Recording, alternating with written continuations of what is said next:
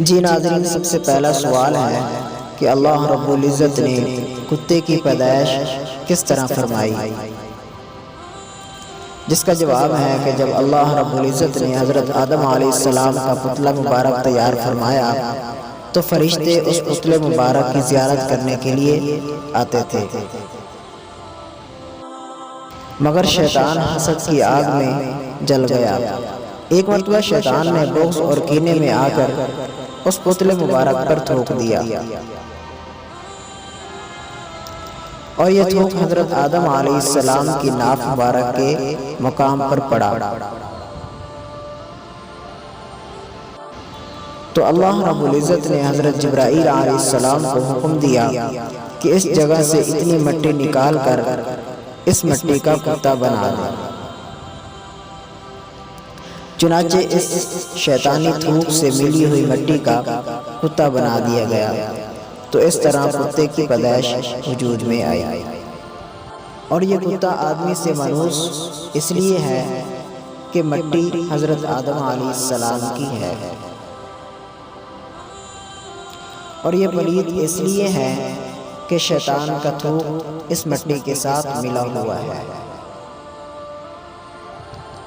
اور یہ کتا رات کو جاگتا اس لیے ہے کہ ہاتھ اسے حضرت جبرائیل علیہ السلام کے لگے ہوئے ہیں۔ جی ناظرین، دوسرا سوال ہے کہ اللہ رب العزت نے خنزیر کی پیدائش کس طرح فرمائی؟ جس کا جواب ہے کہ کشتی نوح میں جب جانوروں کا گوبر پھیل گیا تو لوگ بدبو سے پریشان ہو کر حضرت نوح علیہ السلام کو شکایت کرنے لگے، تو اللہ رب العزت نے حضرت نوح علیہ السلام کی طرف وحی بھیجی کہ آپ ہاتھی کی دم ہلائیں۔ تو حضرت نوح علیہ السلام نے ہاتھی کی دم ہلائی تو اس سے خنزیر نر اور مادہ پیدا ہوئے۔ جی ناظرین، اگلا سوال ہے کہ اللہ رب العزت نے چوہے کی پیدائش کس طرح فرمائی؟ جس کا جواب ہے کہ کشتی نوح میں جب ابلیس نے خنزیر کی پیشانی پر ہاتھ پھیرا تو اس سے دو چوہے نر اور مادہ پیدا ہوئے۔ اگلا سوال ہے کہ اللہ رب العزت نے بلی کی پیدائش کس طرح فرمائی اور کیوں فرمائی؟ جس کا جواب ہے کہ کشتی نوح میں چوہوں نے جب کشتی کے تختے کترنے شروع کر دیے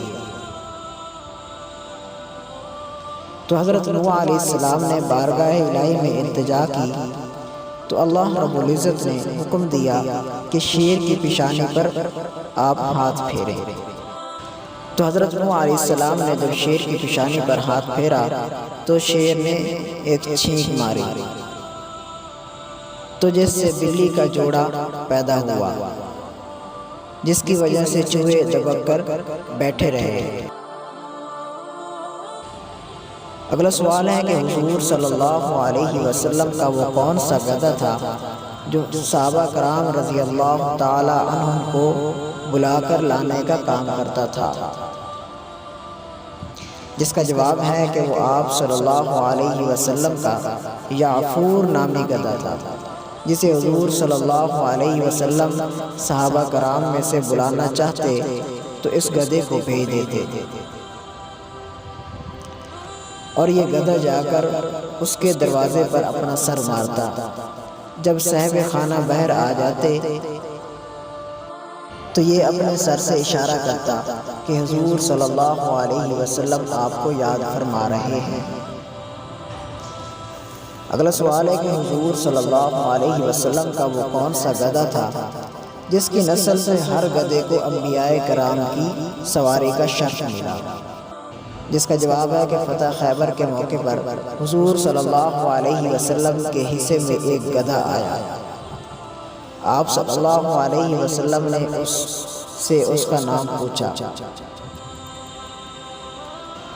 تو اس گدھے نے جواب دیا کہ میرا نام یزید بن شہاب ہے، اللہ رب العزت نے میری نسل سے 60 گدھے پیدا کیے اور ان پر ہمیشہ پیغمبر ہی سواری کرتے رہے۔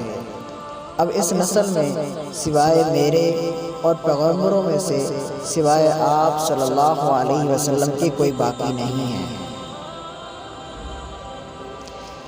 اس لیے میں امید کرتا ہوں کہ آپ صلی اللہ علیہ وسلم کی سواری میں رہوں۔ تو حضور صلی اللہ علیہ وسلم نے اس کو اپنی سواری میں رکھ لیا اور اس کا نام بدل کر یافور رکھ دیا۔ تو جب رسول اللہ صلی اللہ علیہ وسلم کا اس دنیا سے وصال ہو گیا تو وہ گدھا جدائی کی تاب نہ لاتے ہوئے ایک کنویں میں گر کر ہلاک ہو گیا۔